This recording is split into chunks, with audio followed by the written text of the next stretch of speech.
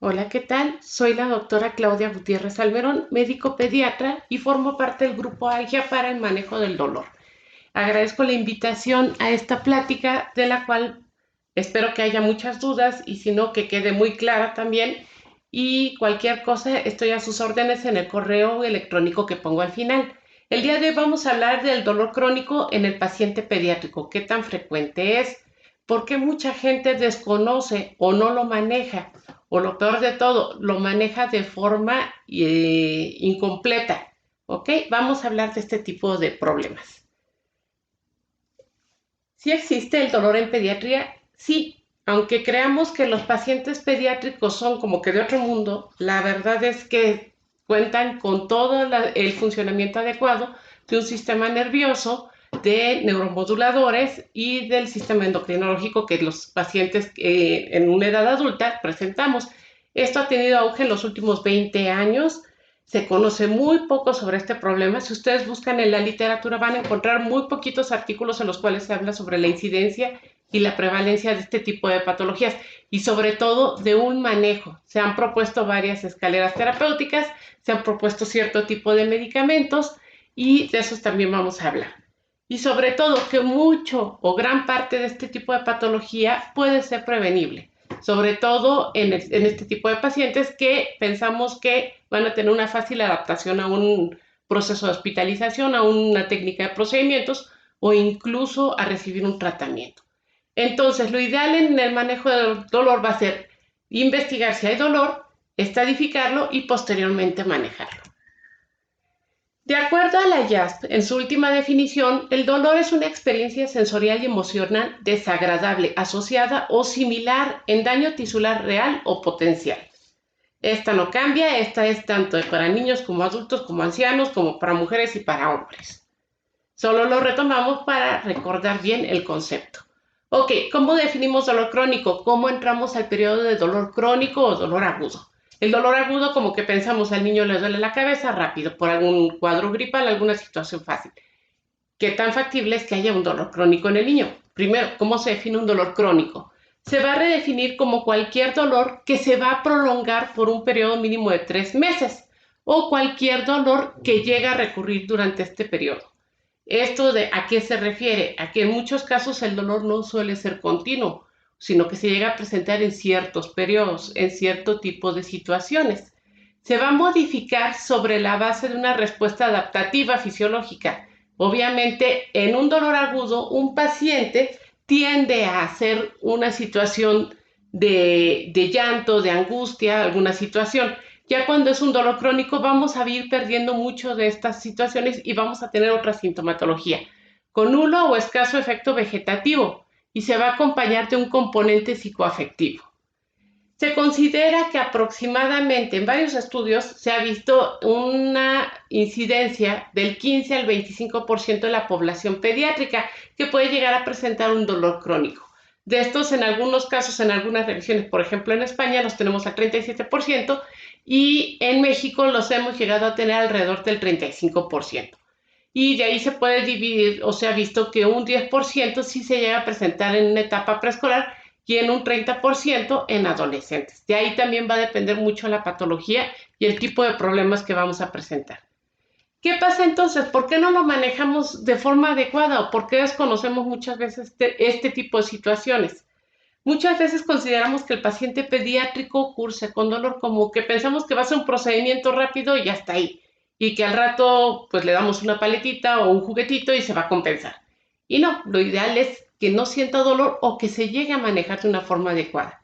Obviamente el personal que tenemos no llega a tener un asesoramiento adecuado o lo desconoce o no sabe cómo aproximarse al paciente.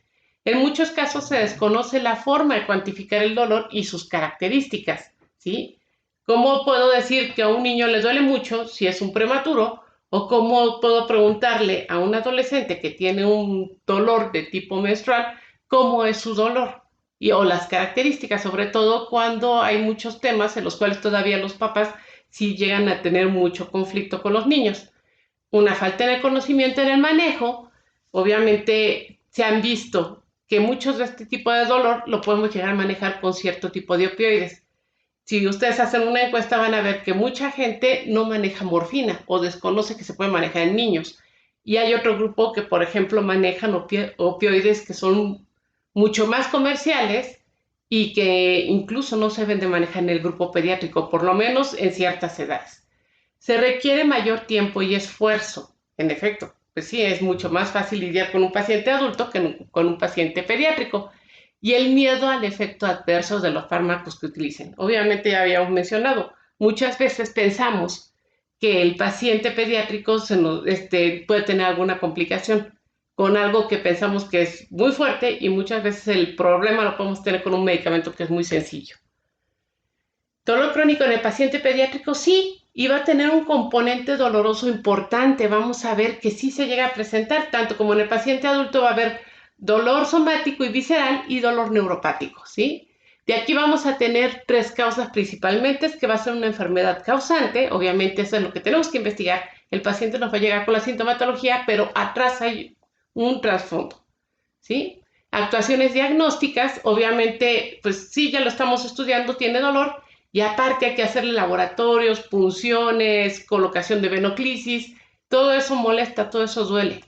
Y el tratamiento, el dolor crónico lo asociamos muchas veces a cáncer, pero cuando este paciente pediátrico no entra en este grupo, obviamente el tratamiento puede ser a base de inmunomoduladores, otro tipo de medicamentos que van también por vía intravenosa y que pueden presentar otro tipo de complicaciones. Obviamente ya hablamos de radioterapia y quimioterapia en el paciente con cáncer. Estos pacientes también van a cursar, más que con los datos clínicos de un cuadro agudo, una ansiedad concomitante. Saben que en el momento en que empieza a doler, van a tener una serie de situaciones y esto va a ir provocando que haya un mayor dolor, mayor angustia y mayor deterioro clínico. Lo que mencionamos, insuficientemente tratas, ay, está chiquito, pues le damos una gotita, está grandote, pues le damos una gotota. No, todo tiene una causa, todo tiene una dosis específica. Y la evolución va a ser variable e impredecible, ¿sí? Aquí lo que mencionamos, muchas veces puede ser una causa y muchas veces se nos van agregando varias situaciones. Lo que habíamos mencionado. En este tipo de procedimientos, ustedes pueden ver que al paciente incluso aproximarse a revisarle un oído o intubarlo, pensamos que no tiene dolor. ¿Consideran ustedes que este tipo de pacientes, a pesar de lo pequeño que tenemos en la primera imagen, puede presentar dolor? Sí, en efecto. ¿Qué pasa? ¿Cómo se desarrollan las vías nerviosas del dolor? ¿Sí? Vamos a enfocarnos ahorita en el desarrollo neurológico. Vamos a ver que en la 7ª semana vamos a encontrar receptores cutáneos en región perioral. Los pacientes, incluso cuando se hace un ultrasonido, se puede encontrar al paciente acercando los esbozos de manos a la boca y obviamente va a tener ya esos receptores. En la semana 20 van a aparecer los receptores sensoriales cutáneos, sobre todo en piel y mucosas. La piel y las mucosas, dicho de paso, yo soy dermatóloga, tienen un papel muy importante en la traducción del dolor. Entonces, eso ya va a ser un tema aparte, lo van a ver en un taller y espero que también haya muchas preguntas sobre esto. Pero la piel sí juega un papel fundamental en esto. En la semana 20 a 24 se van a establecer las primeras conexiones tálamo-corticales sinápticas, acuérdense de las vías del dolor. Y en la semana 28 entonces, vamos a presentar ya los periodos definitivos de sueño quieto, sueño activo y vigilia, ¿sí? En la semana 30 ya vamos a tener estas vías mielinizadas, sobre todo en tronco cerebral y tálamo, poco después en tractos nerviosos espinales. Vamos a ver que en el paciente prematuro, pues dice uno, pues no les duele, los intubo, les pongo un catéter, pues le pego este diurex, le pego esta tela adhesiva, las despego y no duele. ¿Podrá presentar dolor? Acuérdense de lo que mencionamos previamente. Bueno, se ha demostrado en efecto que en el segundo trimestre del embarazo hay proyecciones nerviosas de la periferia del sistema nervioso central. Ya lo hemos mencionado en la diapositiva anterior. De las 23 a las 25 semanas de gestación, se va a producir la sustancia P en el asta dorsal, lo cual nos va a ayudar a la nocicepción. Va a haber sinapsis de fibras A presente en lámina múltiple y se considera que en estos pacientes, cuando se han hecho estudios, a partir de las 30 semanas de gestación se va a presentar dolor demostrado por medio de electroencefalograma. Y esto va a ser un sistema dependiente de actividad primaria. Ok, aquí hay que considerar varias cosas. Recordemos cuál es la edad viable de un paciente inmaduro y de un paciente prematuro. En efecto, se considera que a las 25 semanas de gestación o mayores de 500 gramos hay una sobrevida de este tipo de pacientes, ¿sí? Entonces, por más pequeño que esté su paciente, sí puede presentar dolor. Entonces, aquí surgen las siguientes dudas. ¿Existen los suficientes componentes anatómicos y funcionales para la percepción del dolor? Con lo que ya mencionamos, para el paciente pediátrico, sea la edad que sea. ¿Y acaso tendrán efectos prolongados en su desarrollo neurológico y psicosocial? Claro que sí. Ya habíamos mencionado del desarrollo neurológico, pero sin embargo hay sustancias que se liberan en presencia de dolor y esto también va a ir cambiando sus niveles cuando es un dolor agudo o cuando es un dolor crónico, entre los cuales vamos a encontrar la producción de opioides endógenos, noradrenalina y adrenalina, todo lo que es hormona de crecimiento, glucagón, cortisol, que se va a involucrar en los procesos cuando el paciente llora, la aldosterona, la insulina y lo que es también muy importante y se nos pasa mucho, sobre todo cuando tenemos pacientes hospitalizados, que hay una alteración en el ciclo sueño-vigilia. Cuando tenemos un paciente que tiene un mal desarrollo del sueño, hay que investigar si no hay una causa que esté provocando dolor. ¿Qué es importante? Lo que mencionábamos, la mielinización completa no es necesaria para considerar que haya una percepción de dolor. Entonces recuerden en qué edades se van formando o se va empezando a producir las sustancias liberadas en presencia del dolor. Y segundo, cuántas se pasan a través de cordón umbilical.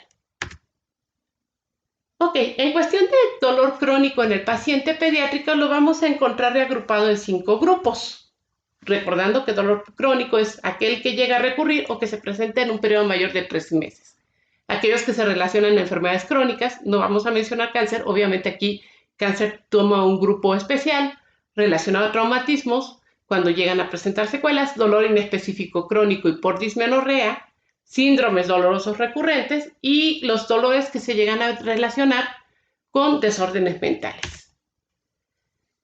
Como mencionábamos, es muy difícil determinar la frecuencia de enfermedades más comunes en México. Sin embargo, de las más frecuentes que se llegan a encontrar, pues obviamente vamos a encontrar el dolor por cáncer, la artritis reumatoide juvenil o la artritis crónica, una enfermedad de células falciformes y algo que va también surgiendo en la población pediátrica, lo que es la fibromialgia.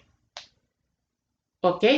Vamos a ver que el dolor, cuando se llega a relacionar a enfermedades traumatológicas, a nuestro segundo grupo, este va a ser de tipo nociceptivo principalmente, que es el daño tisular severo y que ya han mencionado que puede ser tanto somático como visceral, y el neuropático es ya cuando se llega a presentar una cronicidad sobre todo. Aunque esto no libera que en un paciente que tengamos un dolor agudo podemos desarrollar un dolor neuropático. Y esto se va a dar por una hiperexcitabilidad del sistema nervioso central y periférico. ¿En qué tipo de patología nos puede presentar este tipo de dolor? En la amputación, perdón, y esto se da sobre todo en el dolor de miembro fantasma, daño en los plexos, plexo braquial, sobre todo cuando hay una extracción muy severa, o síndromes asociados a daño espinal o paraplegia congénita. Recordemos que una contractura muscular prolongada también es condicionante de dolor.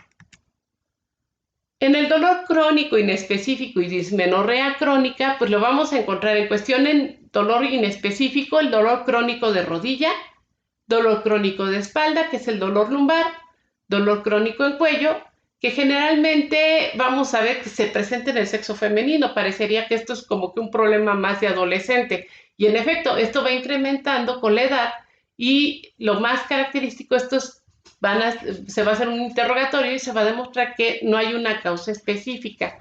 Lo mencionábamos que es mucho más frecuente en el sexo femenino. Y la dismenorrea, habíamos mencionado que también es un dolor crónico que se llega a presentar sobre todo en el paciente femenino, pues obviamente, y que se va desarrollando en la etapa adolescente.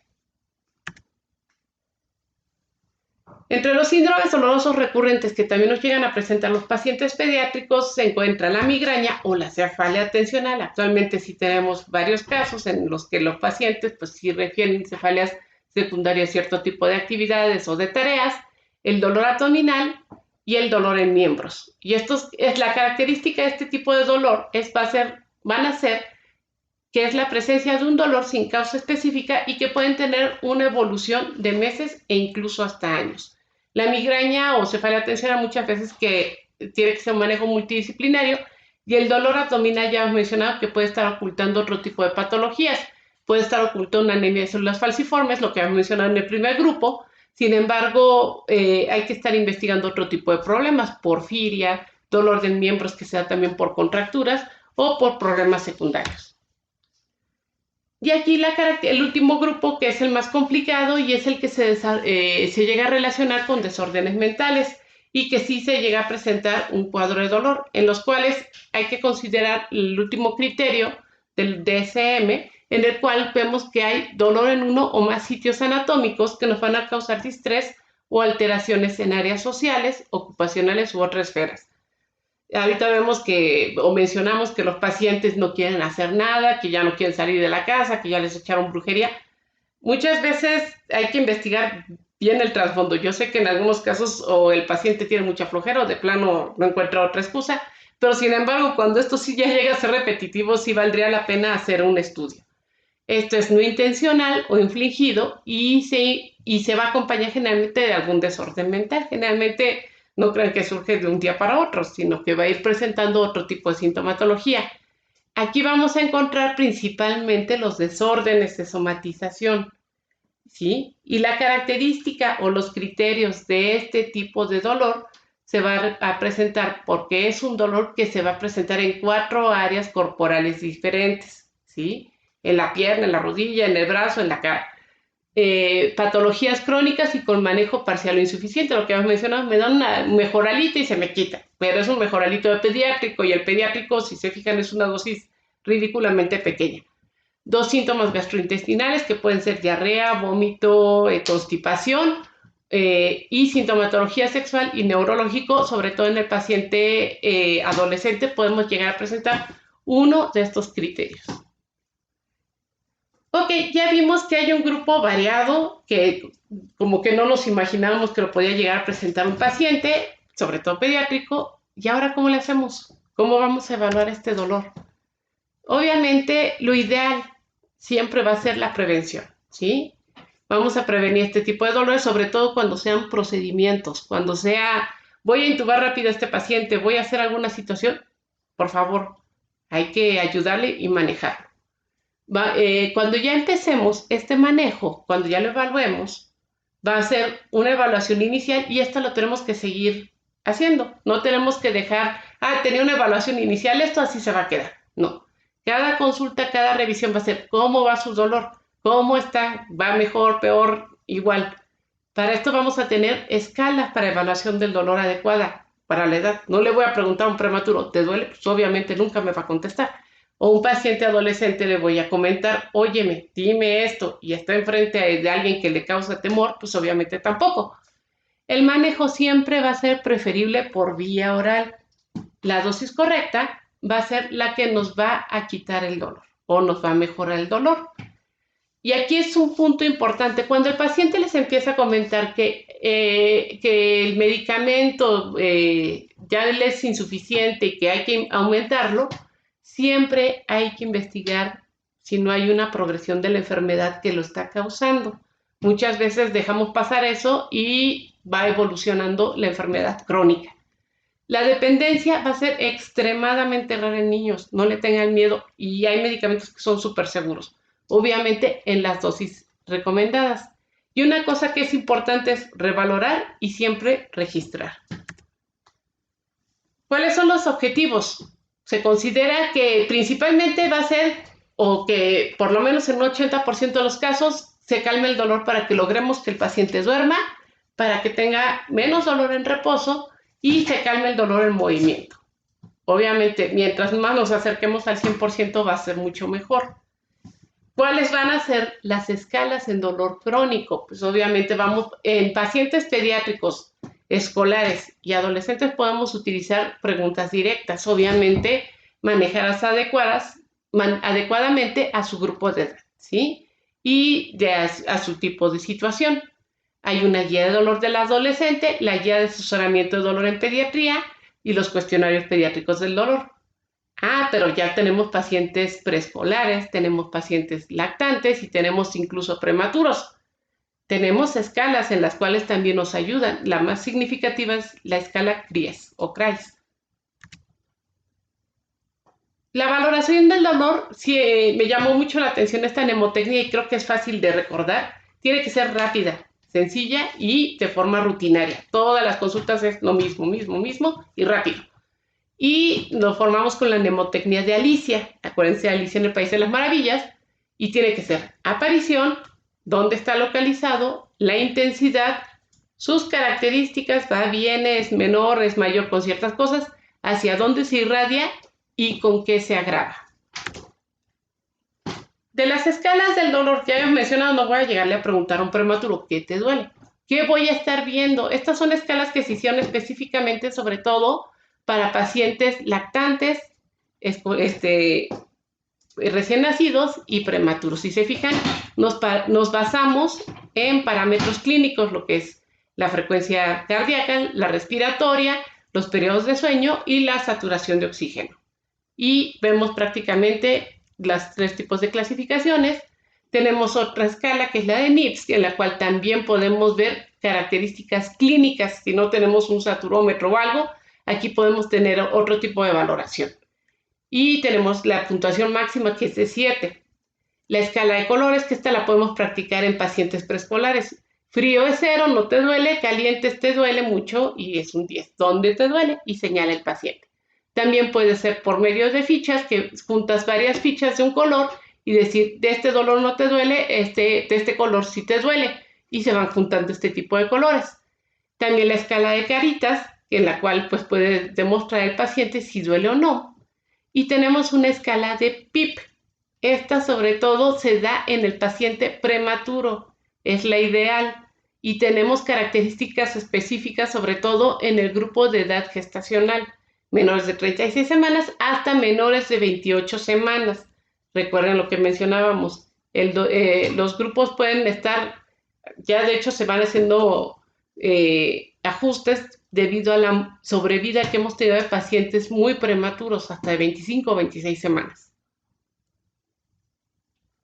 Y la escala de Bers, que fue hecha por medio de enfermería, en la cual también se ven datos clínicos y datos por medio de signos vitales, lo que es la frecuencia cardíaca, la presión arterial y la saturación de oxígeno. Si se fijan, son diferentes escalas y cualquiera se puede aplicar. No tenemos excusa, vamos desde el más pequeño hasta los más grandes. Entonces, aquí tenemos una sugerencia rápida. Entonces, en pacientes recién nacidos a 3 años, CRIES, medidas estandarizadas de 4 o 5 años, lo que mencionamos de las fichas, colores caritas, y las escalas de intervalo, lo que son de 6 a 7 años, ya cuando nos manejan los niños números, caritas, gestos, todo este tipo de situaciones, o ya nos refieren mucho, poquito o nada. Y en los adolescentes ya incluso nos podemos brincar a escalas de adultos. Recuerden, no menciono aquí prematuros, yo trabajo en un área de prematuros, también hay para valorar prematuros y mencionamos que era la escala PIP. ¿Cómo la vamos a manejar? Aquí tenemos nuestra vieja escalera analgésica de la OMS, que también se va practicando en el grupo pediátrico. Y vamos a ver en el primer escalón que van los AINES y los coadyuvantes, ¿sí? En el segundo, opioides débiles, más un poco de lo anterior. En el tercero va el opioide potente, más lo anterior. Y el cuarto escalón siempre va a ser de técnicas intervencionistas. Prácticamente no llegamos a esta parte si llevamos a un manejo adecuado de este tipo de pacientes. La estrategia no farmacológica. Hay gente que dice, bueno, es que no le quiero meter tanto medicamento. Estoy de acuerdo. Y siempre hay que tratar y prevenir. Si podemos tratar de forma no farmacológica es lo ideal, ¿no? Y obviamente esto va a ser en procedimientos o cuando hay dolor agudo, en los cuales podemos manejar desde el paciente más pequeño con succión de chupete, dar una solución de sacarosa al 12%, 1 o 2 mililitros, sobre todo cuando hacemos algún tipo de procedimiento en el recién nacido, o el seno materno, que lo tenga la mamá pegado al seno materno mientras hacemos nosotros algún procedimiento. Ojo, con la solución de sacarosa no le vayan a meter un biberón completo, son mililitros y es para obviamente quitar la sensación de dolor. Generalmente pueden tener un riesgo de broncoaspiración si vamos metiendo cantidades exageradas.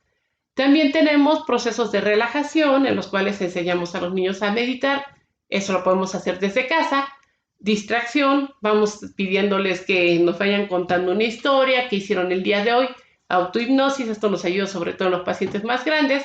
Las técnicas de respiración y muchas veces hasta la convivencia o una rutina familiar puede ayudarnos, ¿sale? Y esto también es muy importante, no debemos olvidar, sobre todo en este tipo de procedimientos, que siempre verifiquemos el patrón de sueño. Entonces, rápido, dolor leve, ya habíamos mencionado, va el grupo de los AINES más adyuvantes, más menos, el dolor moderado, opioides débiles, más AINES y adyuvantes, y el dolor severo, los opioides fuertes. Y vamos a seguir la regla de las 4 P's. Por vía oral, por medio del reloj, acuérdense que debe ser periódicamente y en un horario, vía oral siempre preferible a intramuscular, intravenosa, por la escalera de dolor y por el tipo del paciente. Recuerden que los pacientes no leyeron el libro, no todos son iguales. Pongo aquí en el primer peldaño lo que es el paracetamol, las dosis máximas de acuerdo a la edad gestacional. Aquí ya no me importa tanto a lo mejor el día de la edad gestacional, pero sí el día de vida, para que tengan cuidado, y la dosis máxima. Hay que tener mucho cuidado con estos dos, sobre todo con el ibuprofeno, porque se está manejando actualmente, sobre todo los primeros 3 meses de vida, para cierre farmacológico de conducto arterioso. Entonces hay que tener mucho cuidado con las dosis. Son diferentes las de paracetamol, sin embargo hay que tenerlo presente. Y en el segundo peldaño o tercero, en el cual ya vamos de dolor moderado severo, vamos a encontrar el uso de morfina, ¿sí? Yo les iba a poner las dosis, pero generalmente van variando de lactantes, de prematuros, de recién nacidos y escolares. Esto sí les sugiero que los busquen en los libros. También van variando el uso de analgésico opioides, sus dosis, como es el fentanil, la oxicodona, la hidromorfona, también la metadona y la ketamina. Ahora, esto recuerden que con horario y sobre todo vigilando y registrando. Los pacientes, ya hemos mencionado, pueden tener dolor neuropático y en estos también podemos incluir el grupo de antidepresivos tricíclicos y los anticonvulsivantes, como es carbamazepina o gabapentina. Entonces, recordemos la regla: tratamos, registramos y reevaluamos a intervalos regulares. ¿Qué debemos recordar? Que siempre vamos a manejar el dolor, pero somos médicos y somos pediatras o somos médicos generales o somos médicos y queremos quitarle el problema de base. Hay que determinar el origen o la causa del dolor.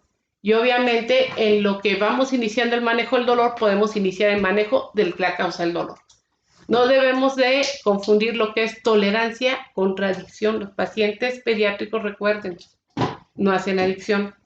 Se va a ajustar el medicamento de acuerdo al paciente. Ya vimos las edades, el peso, la edad gestacional y también el tipo de requerimiento que va a presentar. Que es importante recordar, y esto se los hago hasta el cansancio, el dolor que incrementa súbitamente, a pesar de haber tenido ya una dosis alta de medicamentos o que va requiriendo más, nos va a indicar progresión de la enfermedad y hay que volverlo a estudiar. Y lo ideal va a ser la combinación de analgésicos, dosis bajas iniciales, y va a ser, como se acuerdan en la escalera, va a ser una combinación de fármaco o fármacos, y también tenemos que integrar ya la terapia no farmacológica. Recuerden, el paciente pediátrico es pequeñito, le tenemos miedo, le tenemos desconocimiento, pero también tiene dolor y también tiene sus necesidades. No hay que olvidarlo y sobre todo los pacientes pediátricos son los más nobles del mundo. Espero que les haya gustado mucho la plática. Dejo mi correo electrónico ahí. Si hubiera alguna duda o pregunta y que no pudieran integrarla en el momento del curso, pueden anotarla y me pueden contactar. Con mucho gusto, estoy a sus órdenes y espero que haya sido útil esta Les agradezco su atención y la invitación y que tengan un buen día.